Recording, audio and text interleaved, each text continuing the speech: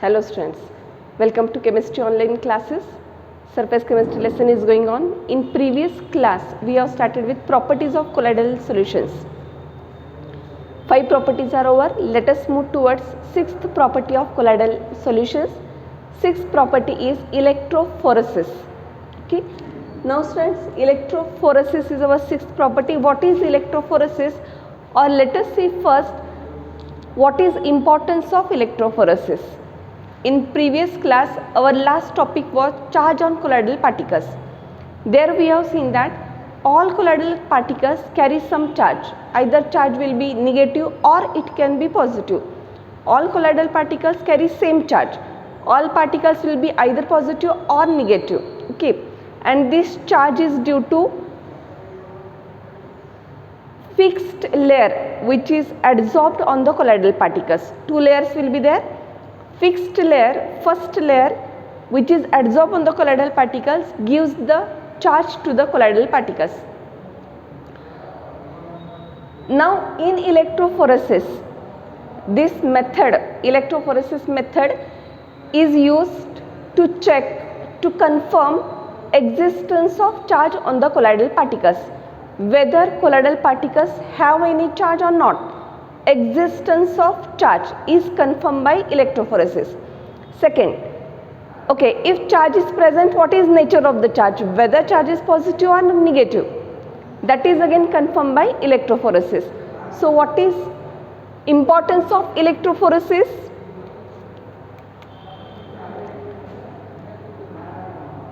It confirms,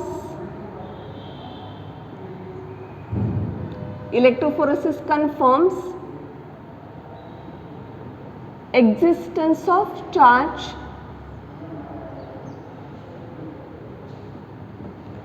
and nature of charge on colloidal particle. Okay student, existence of charge means whether charge is present or not. Nature of charge means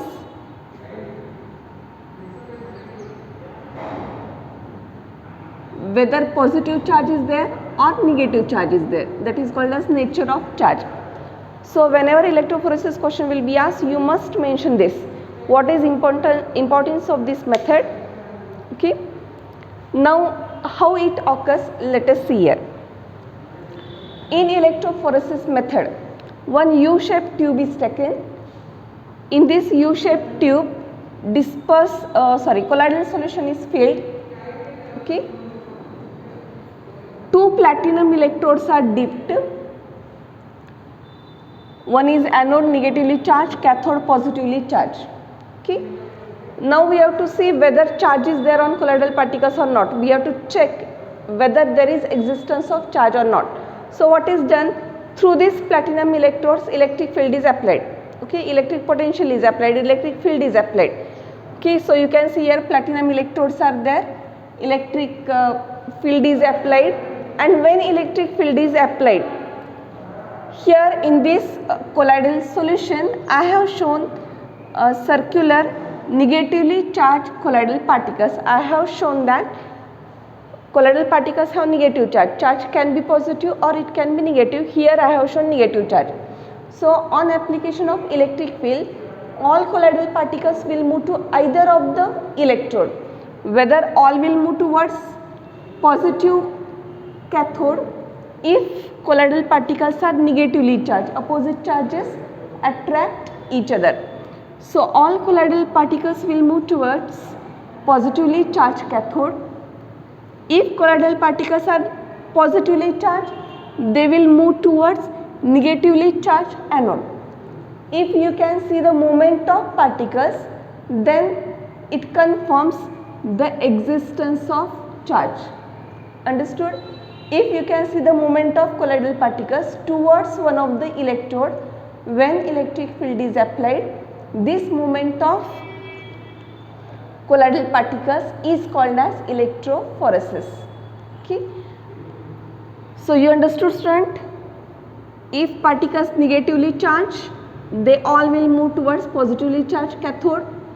So here I will show the direction. All are moving towards positively charged cathode. And if colloidal particles are positively charged, then they will move towards opposite, that is negatively charged anode. Okay, so what is definition of electrophoresis? See here, define electrophoresis is one of the very important question. So there the phenomenon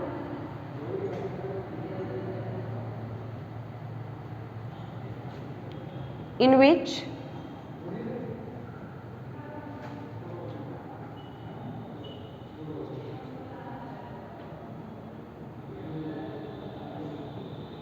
movement of colloidal particles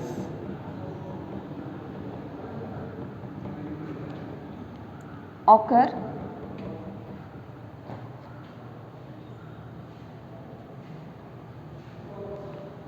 towards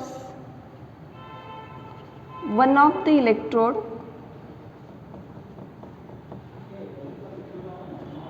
when electric field is applied.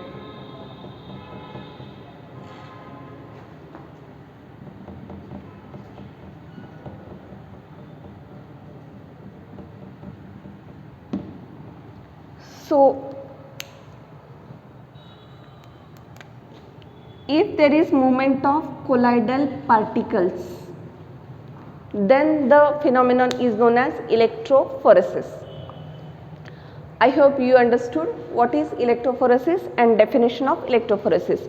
Now let us move towards electroosmosis. Already students, in solution lesson we have seen osmosis. If you remember what was there in osmosis, movement was there from lower concentration to higher concentration in osmosis. And who was moving, then we have seen there that solvent particles were moving from lower to higher concentration. That was osmosis. Now here we are going to see next term, electroosmosis. Electrophoresis is over. So in electroosmosis, molecules of dispersion medium are going to move. Understanding? In osmosis we have seen the particles of solvent were moving. Here dispersion medium is just like the solvent, and that's why molecules of dispersion medium moves. Then the phenomenon is known as electroosmosis. When this happens, let us see. Now electrophoresis, same apparatus we will see, and if by some means the movement of colloidal particles is restricted, if colloidal particles are not allowed to move, the movement of colloidal particles is restricted and electric field is applied, then it is observed that molecules of dispersion medium starts moving towards one of the electrode, okay, when electric field is applied. So whenever we can see the movement of molecules of dispersion medium, then the process is called as electroosmosis. Here one condition is there, movement of colloidal particles should be restricted and then electric field should be applied. Okay. So see students, next term is electroosmosis. Students, both definitions are very important. Electrophoresis, electroosmosis definition I won't write. See here, what is the definition? Same as electrophoresis, what change you should do? The phenomenon in which movement of molecules of dispersion medium occur towards one of the electrode when electric field is applied. Okay, better I will write only. The very similar to electrophoresis, you can write the definition of electroosmosis. The only difference is in electrophoresis there is movement of colloidal particles, while in osmosis there is movement of dispersion medium. The phenomenon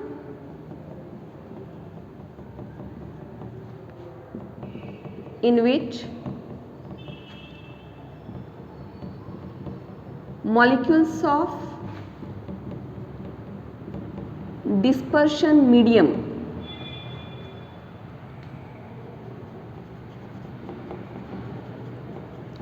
moves towards one of the electrode.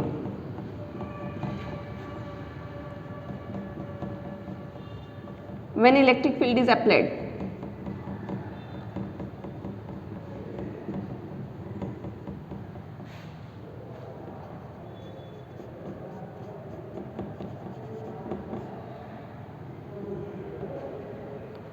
Understood electroosmosis, students?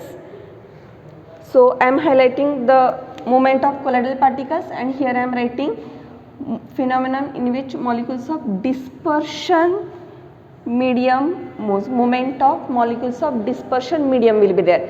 But whenever you will write electroosmosis, student, there you must mention the condition. What is condition for electroosmosis? First, movement of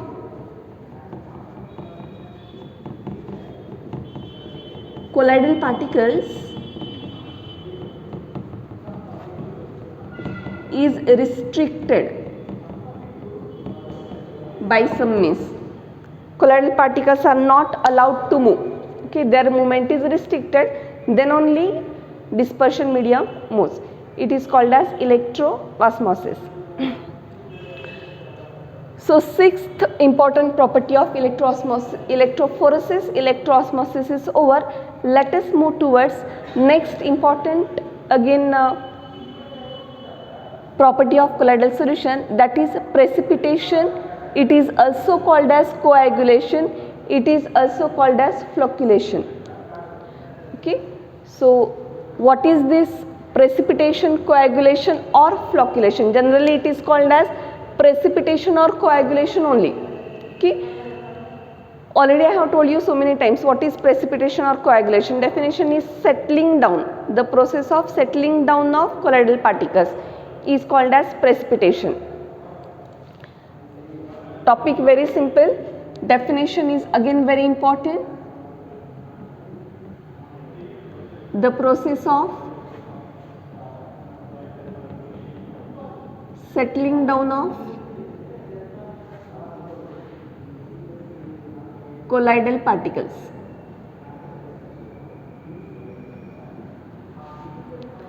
Process of settling down of colloidal particles is called as precipitation. It precipitates.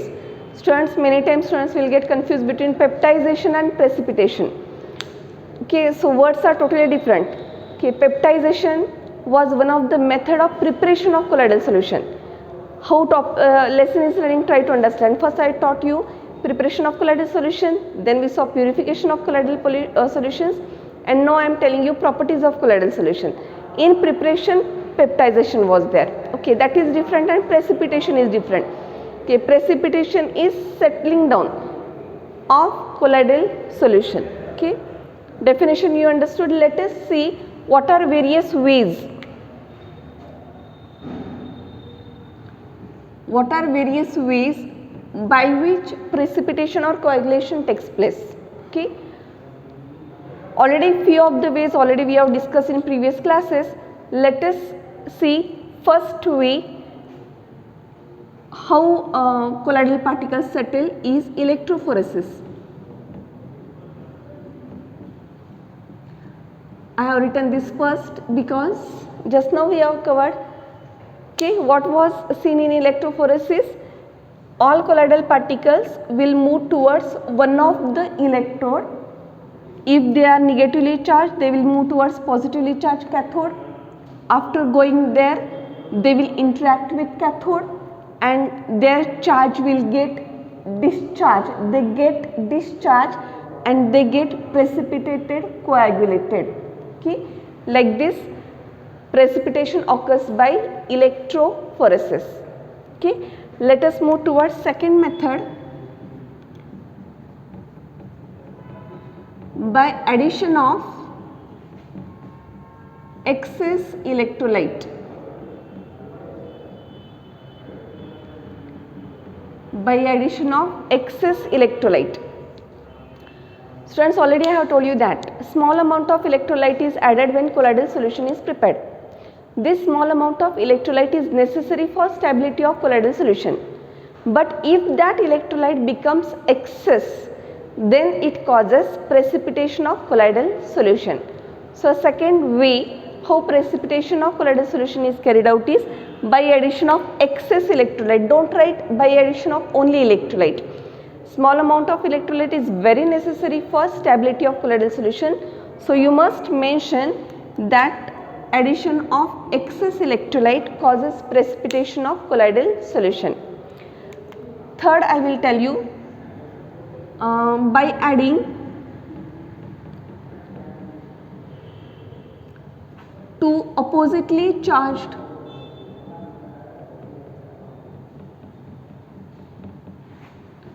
colloidal solutions. So already just now we have discussed that all colloidal particles carry some charge, same charge. So if we will take one colloidal solution which is having negative charge and another colloidal solution which is having positive charge, and we will mix this. If we will add them, we will mix them, okay, by adding two oppositely charged colloidal solution. Then what will happen? Their charges get neutralized and colloidal particles will settle down. Of course, here two colloidal solutions should be taken in equal amount or equal quantity. Both colloidal solutions should have opposite charges and they should be taken in equal quantity. So after mixing them, we are doing adding or by mixing. After mixing these two solutions, the charges get neutralized and the colloidal particles will settle down. This type of precipitation or coagulation is called as mutual coagulation. Mutual coagulation. Okay. So I hope you understood mutual coagulation. Let us move towards fourth way of precipitation or coagulation. It is done by prolonged or persistent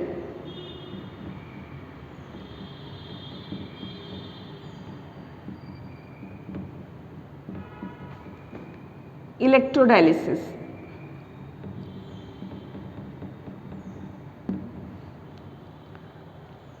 How by dialysis precipitation occurs? Try to remember, student, electrodialysis. So in electrodialysis I have told you that electrodialysis is the method of purification of colloidal solution which is used when excess electrolyte will be there, that has to be removed. Okay. So two electrodes will be attached. Okay. Now electrodialysis we have to remove only excess of electrolyte. Already you know that small amount is required. But if amount of electrolyte becomes excess, then that causes precipitation. So we should remove only excess of electrolyte by using electrodialysis. Small amount whatever is required, that is called as requisite minimum. All these things we have seen in purification of colloidal solutions. Now students, see, if dialysis occurs for a prolonged time, let us imagine dialysis is taking place, we started dialysis, this electrodialysis is carried out to remove whatever excess of electrolyte is present in the colloidal solution. So that excess electrolyte is coming out from that parchment paper bag, okay, and how much is excess? If that is removed, then we have to stop the electrodialysis. But by mistake that dialysis is not stopped or it prolonged, it carried for a longer time, prolonged. Then what happens? How much quantity of electrolyte was minimum quantity, requisite minimum, which was required for stability of colloidal solution, that is also removed due to prolonged dialysis. And like this precipitation of colloidal solution will take place because that small quantity which was required for stability, that is also removed. So prolonged dialysis should not be carried out or else coagulation of colloidal solution takes place. And last point we will see by boiling. Now how boiling will cause precipitation, let us see. Students, in previous class only I have told you that. For example, in previous class I have taken example of this will be colloidal particles, then surrounding that one layer will be there, okay, first layer. Now this I am showing you positively charged soul. So this first layer will be there surrounding the colloidal particles, and this first layer is called as what? Fixed layer, because it is firmly attached to the colloidal particle. Remembering student, first layer which gives the charge to the colloidal particle is called as fixed layer, because it is made up of dispersed phase and it is firmly attached to the colloidal particle. Now when boiling is done, that time what happens? See, if boiling of colloidal solution is done, that time thermal energy will be absorbed, okay, heat will be absorbed, and that's why all these colloidal particles are randomly moving, but they are colliding on each other. This also we have seen, continuous unbalanced bombardment will be there between whom? Particles of dispersed phase and particles of dispersion medium. There is always, they are colliding on each other, collisions are taking place, but due to boiling these collisions becomes very frequent or becomes stronger, and due to these collisions this layer which is adsorbed on the surface of colloidal particle gets disturbed, and you know that this layer is giving charge to the colloidal particle, and charge is responsible for stability of colloidal particle. Due to boiling this first layer gets disturbed, that is charge on colloidal particle gets disturbed and colloidal solution loses its stability, precipitation or coagulation takes place. Okay students, so like this there are various ways by which precipitation or coagulation takes place. Now let us move towards next topic regarding precipitation or coagulation only. So important questions, once again I will tell: definitions, electrophoresis, electroosmosis, definition of precipitation very important, various ways by which precipitation takes place. Let us move towards next, Hardy-School's law.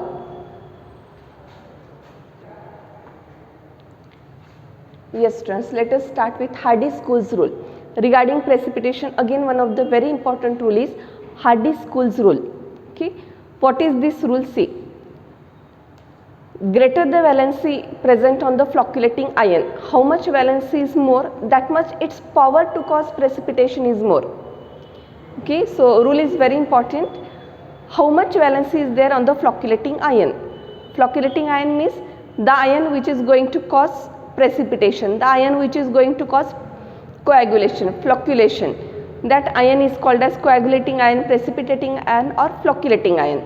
How much valency is more, that much its power to cause precipitation will be greater or more. Okay, let us see students. I have written here Hardy-School's rule: greater the valency of flocculating ion added, greater is its power to cause the precipitation. More charge, more power. Okay, like this. To understand the law, let us take an example student. Imagine that I am having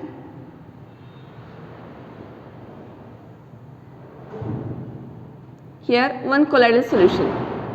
Okay, I hope the things are visible to you students. Okay, just for example I am showing you. So this is colloidal solution.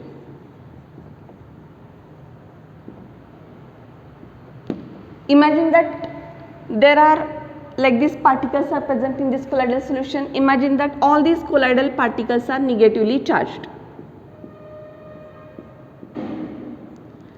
Exactly after measuring I have drawn 12 colloidal particles. I hope you can see this, these are visible to you.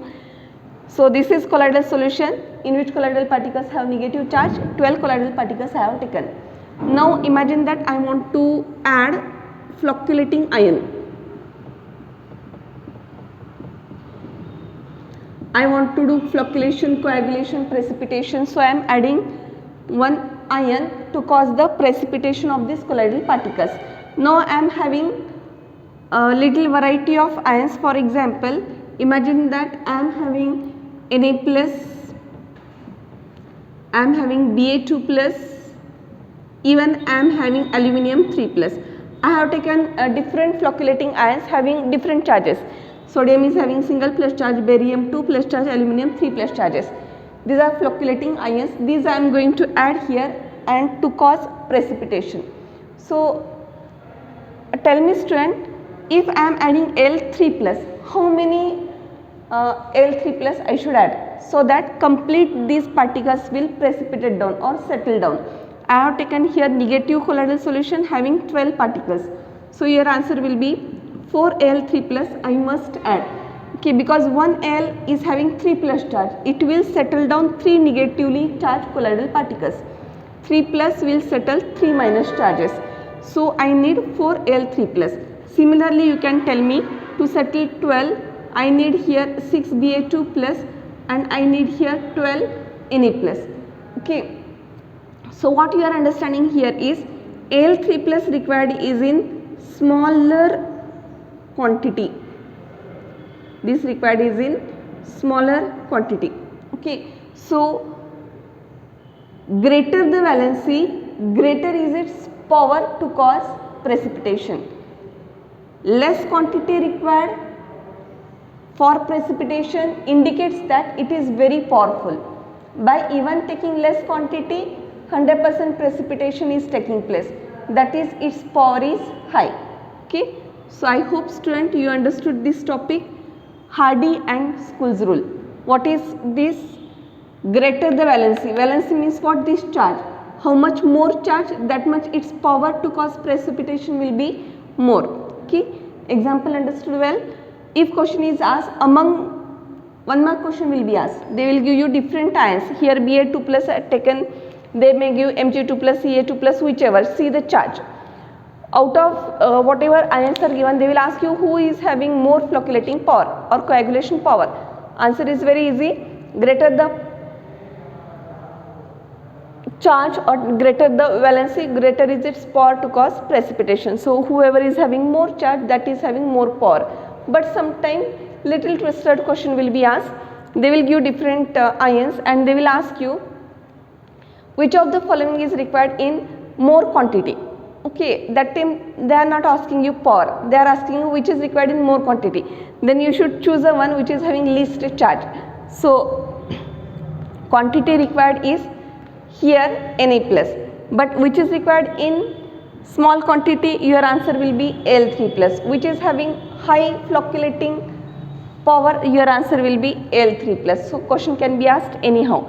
Let us take one more example. Now I will change a bit. I am doing a small change student. Instead of, I will change the flocculating ion. Tell me the, similarly we will take an example. For example, imagine that now our colloidal solution has positively charged colloidal particles, and that's why to this colloidal solution, to cause precipitation, we are going to add flocculating ions which are negatively charged. Let us take example. I am having Cl minus, then we can take sulfate. Sulfate is having 2 minus charge. We can take phosphate which is having 3 minus charge, and even I can take FeCN6 which is having 4 minus charge. So I have taken 4 variety here. Okay, based on charge. So if I am asking you question, which of the following ions is having more power of precipitation, then your answer will be more the charge, more is its power to cause precipitation. Which is required in small quantity, this only. Which is required in more quantity, Cl minus. I hope student you have understood the topic. How much more charge, that much more precipitation takes place. One FeCN6 will coagulate 4 colloidal particles. Okay, like this FeCN6 required is only 3. How many these required? 4. Sulfate required 6 and this Cl minus required are 12. Okay, I have taken this example for your understanding. Question will be asked, they will give whichever ions, and question will be asked accordingly. 3 questions will be asked.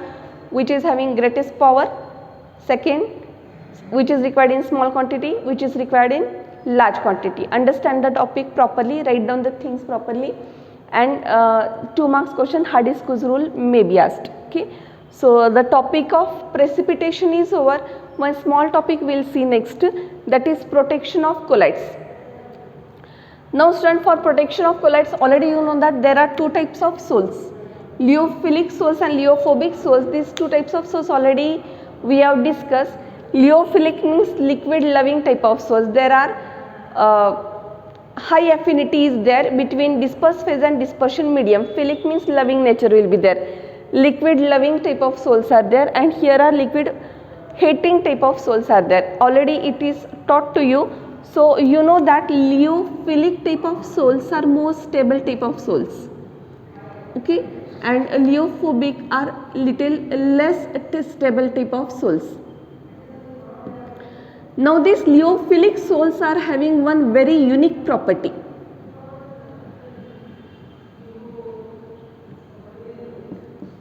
Lyophilic soils are having one very unique property.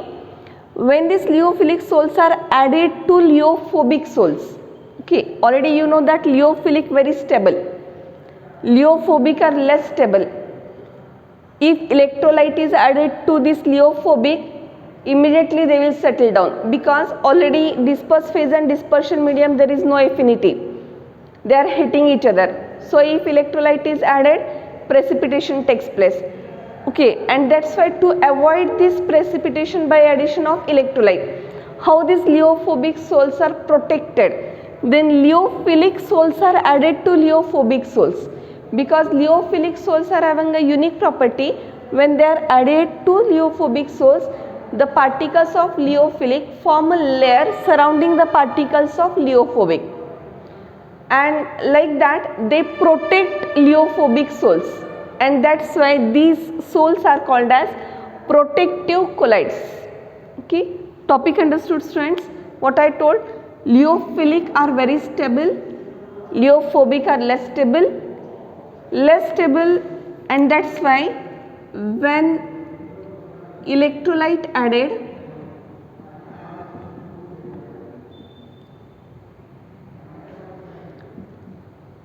precipitation occurs. Why? Because you know that heating type of interactions are there, so special methods are required for preparation of lyophobic. They are not so stable. So what is done when lyophobic soils, these are lyophobic soil, to this we have to add lyophilic. When lyophilic soils are added, particles of lyophilic soil forms a layer surrounding the particles of lyophobic soils, and like this they protect lyophobic soils from electrolyte. This unique property of lyophilic soils is called as protection of colloids, protective. That's why these lyophilic soils are called as protective soils. Okay, so who are protective soils? Lyophilic. Okay, so this topic was very small topic. Let us move towards some of the very important examples of colloidal solutions.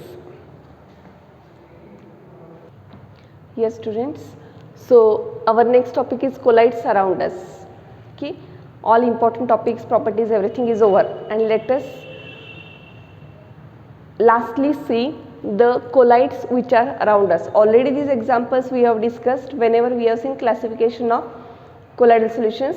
There we have seen first classification, which was based on physical state of disperse phase and dispersion medium. That time various colloidal solutions we have written. Once again see the important colloids which are around us. So first one I have written here, blue color of the sky. Always we will see that sky color is blue in color, and the property which is responsible for that is scattering of light. Dust particles will be there in the air, that dust particles will scatter blue light, and that's why we can see that color of the sky is blue. This is due to dust particles scatter blue light, and whatever light they will scatter, and that reaches to our eyes and we can see that color of the sky is blue. Okay. Next, fog, mist, rain, clouds, all these examples where we have seen student first classification of colloidal solutions. Fog, mist, or take example of clouds, which is dispersed phase in clouds and which is dispersion medium, then you will be knowing that in all these fog and mist, liquid droplets are present suspended in the air. In clouds also, liquid droplets will be present in the air. So all these are again comes under colloidal solutions. Student, here one thing understand that regarding clouds you can see that clouds are having one particular, as clouds are example of colloidal solutions, all clouds particles present in the clouds will have either of the one charge, positive charge or negative charge. Sometimes in air, when two clouds having different charges will meet to each other, what will happen, guess student? One cloud is there which is having all particles, colloidal particles negatively charged, one is cloud positive charge. If such two clouds will meet, then mutual coagulation will take place and precipitation, that is raining, starts. Okay. So clouds is an again very important example of colloidal solution. Even student, think of artificial rain. You will be knowing that artificial raining will be there. In artificial raining, one type of spray will be sprayed on the clouds from the aeroplanes. Okay. And then rain starts. So what exactly happens there? Whatever charge clouds are carrying, colloidal particles in the clouds are carrying, opposite charge sprays will be done, and due to that mutual coagulation takes place and raining starts. Understood? So these are important colloids which are around us. Let us take example of food articles. Already we have seen butter, cheese, okay, all jellies, okay, halwa, milk, all these are colloidal particles. Okay, ice cream, jellies, all these examples we have written. Jellies comes under gels. Okay, so all these food articles are again very good example of colloidals. Next, blood. In previous lecture only we have discussed that what is blood. In blood is also colloidal solution. Which charge is there on blood? Negative type of solid is, because in blood many corpuscles are suspended, scattered, dispersed, and that's why blood is an example of colloids.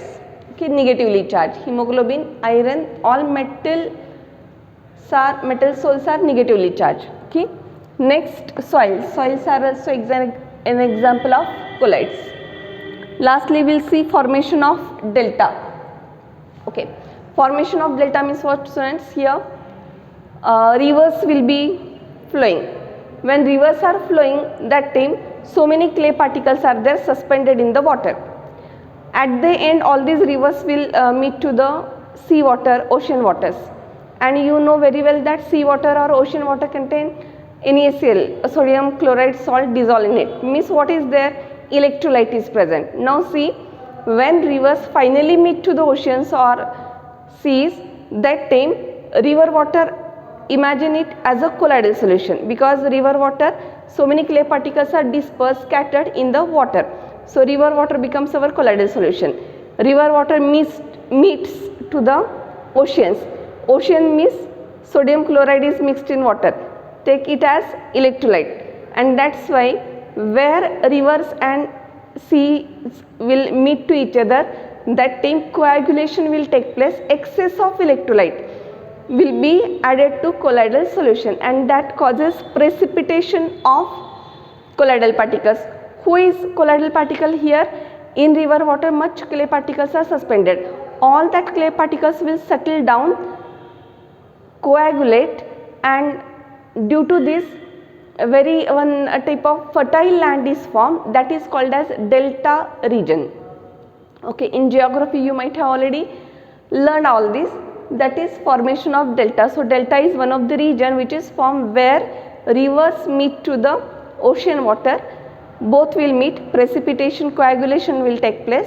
River water is our colloidal solution and sea water is excess of electrolyte. Okay. Let us after colloids around us, let us move towards some of the applications of colloids, rather some of the industrial applications of colloids. Okay, industrially where colloids are applied. So first I have written here is electrical precipitation of smoke. Go on only understanding. In industries, smoke will be released. Okay, so many processes will be taking place, smoke will be released. Now you might have seen upside one very long part will be there, from that smoke comes out from the industries. This longer tubular structure is called as chimney. Okay, chimneys they are called. Now through that smoke comes out, and before the smoke comes out of the chimneys, there one chamber will be kept. Okay, that chamber is called as Cottrell precipitator. CF. Smoke contains what? Carbon particles will be there, arsenic impurities will be there, dust particles will be there. Smoke is coming out from the chimneys. Okay, so generally before that it is passed through Cottrell precipitator. What is this precipitator? One chamber will be there, in that different plates will be there. Now that plates are carrying some charge. The charge whatever is present on the smoke particles, here smoke is an example of colloids. Colloids are having some charge. Opposite charge will be present on the plates in that chamber. Which chamber? Cottrell precipitator.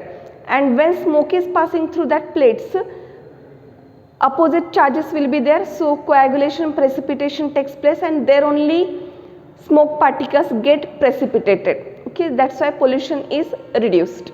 Okay, so this was all about electrical precipitation of smoke. Okay students, let us move towards purification of drinking water. Of course you know that if water is very impure, some impurities are suspended in that water, then many times alum is dissolved in that. Okay, alum is added, and that alum causes precipitation of colloidal particles.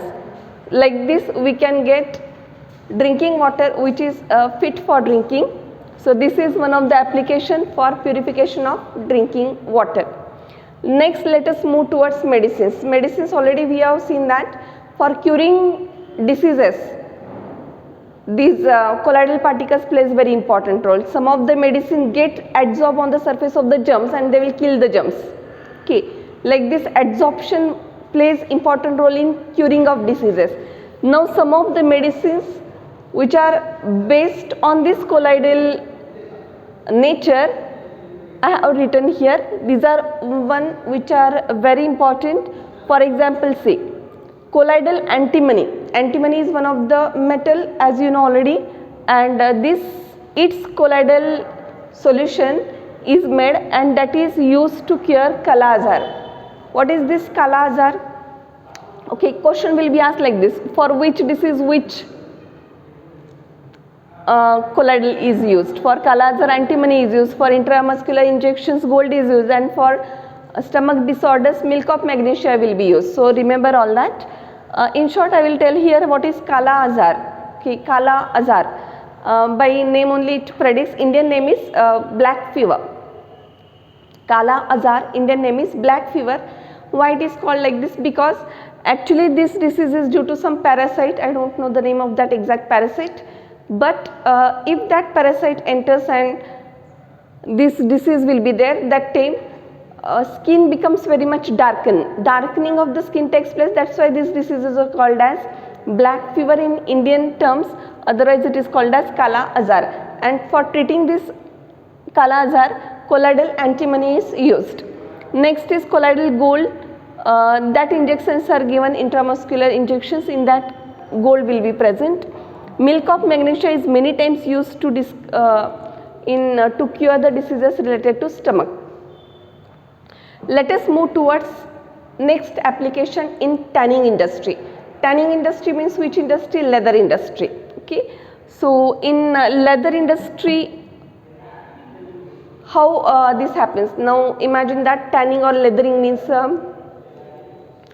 leather is prepared in these tanning industries using animal hides. See here, animal hides. Hides means what, students? Skins. Skin of the animal. Animal hides generally have positive charge. Okay, these animal hides, animal skins are soaked in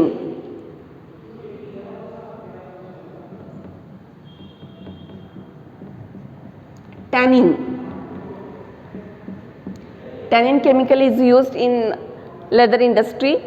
Animal hides, positive charge will be there, they will be soaked in tannin. Tannin has negative charge, and that's why mutual coagulation takes place and the leather becomes hard. Leather becomes hard, and that process is called as tanning. Understood well? So in tanning industry, animal hides, that are skin, positive, soaked in chemical which is having opposite charge, that causes mutual coagulation. Leather becomes hard, process is known as tanning. Like this application of colloidal nature you can see. Next, let us move towards cleansing action of soaps and detergents. Already in detail we have seen this cleansing action of soaps and detergent. Let us no need to revise that. Already oil droplet, grease droplet and missile formation, there we have seen this. In photography, plates and films also colloidals play very important role. Next is rubber industry. Rubber industry, you will be knowing latex. Okay, latex colloidal solution will be there, and that latex colloidal solution gets precipitated, and that precipitate is called as latex precipitate, is called as rubber. Rubber is nothing but the product which is formed after precipitation of latex. Okay, so what is that latex? Latex is the colloidal solution which is used in rubber industry. And lastly, we will see industrial products like paints and inks. Okay, in detail we have seen this. Paints example and ink, Indian ink examples. All these examples already we have seen in first classification of colloidal solutions. So student, before this topic, one topic was there, emulsions, but that topic is deleted from your syllabus. Big part from this surface chemistry lesson, that is catalysis, that one is deleted, removed, plus emulsions are removed. Okay, so that two topics are not covered. Otherwise complete lesson is over. Repeatedly see the videos, make your own notes and read NCERT textbook. Thank you.